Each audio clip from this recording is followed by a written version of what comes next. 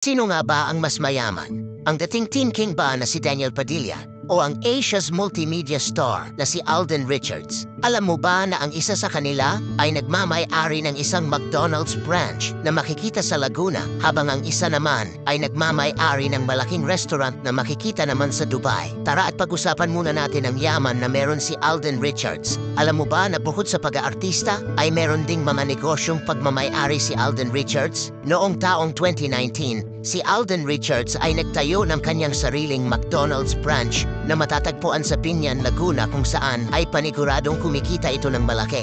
Nabanggit ni Alden Richards na pangarap lamang niya nung bata pa lamang siya na magkaroon ng franchise ng McDonald's at hindi daw siya makapaniwala na isa na siya sa mga owner ng fast food restaurant na ito.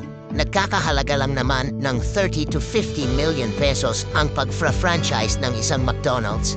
Bukod sa negosyong ito, alam mo ba na si Alden Richards ay isa ding co-owner ng isang kilalang restaurant? Ito ay ang Concha's Garden Cafe na mayroon namang branches sa Cavite, Tagaytay at sa Quezon City. Makikita na ang restaurant na ito ay may napakagandang ambience sa loob at sila ay nag-o-offer ng masasarap at special na pagkain. Ngunit noong taong 2021, napagdesisyonan ni Alden Richards at ng kanyang mga business partners na permanente nang isara ang branch na mayroon sila sa Quezon City dahil sa nangyaring pandemya. Si Alden Richards din ay nagmamay-ari ng two-story house na ito na matatagpuan naman sa Santa Rosa, Laguna. Ang bahay na ito ni Alden Richards ay mayroong 300 square meters na laki at mayroong moderno na mga disenyo. Ang pelikula nila ni Catherine Bernardo na Hello Love Goodbye ay itinanghal noon bilang the highest grossing film dito sa Pilipinas dahil kumita ito ng 880 million pesos.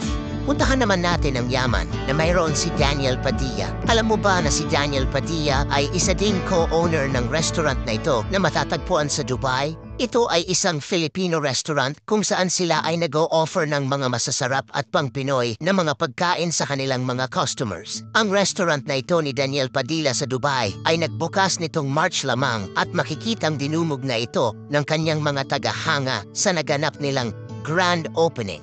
Bukod sa nasabing restaurant na ito, si Daniel Padilla kasama ang dati niyang girlfriend na si Catherine Bernardo ay nagmamay-ari din pala ng isang kilalang barbershop na ito. Ito ay ang Barbero Blues na may branches sa SM Fairview at SM North na itinayo ng dating magkasintahan na si Catherine Bernardo at Daniel Padilla noong taong 2019. Makikita ang barbershop na ito ay mayroon ding napakagandang ambience sa loob at sila ay nag-hire din ng mga magagaling at professional na mga barbero. Bukod dito, alam mo ba na si Daniel Padilla ay nagmamay-ari din ng isang KFC branch na matatagpuan sa Tacloban. Ito ay pagmamay-ari nila ng kanyang ina na si Carla Estrada kung saan ang grand opening ng KFC na ito ay noong 2022. Ang pelikula nila noon ni Catherine Bernardo na The House of Us ay kumita ng 805 million pesos na nagsisilbing pinakamalaking pelikula na meron si Daniel Padilla. Follow for more.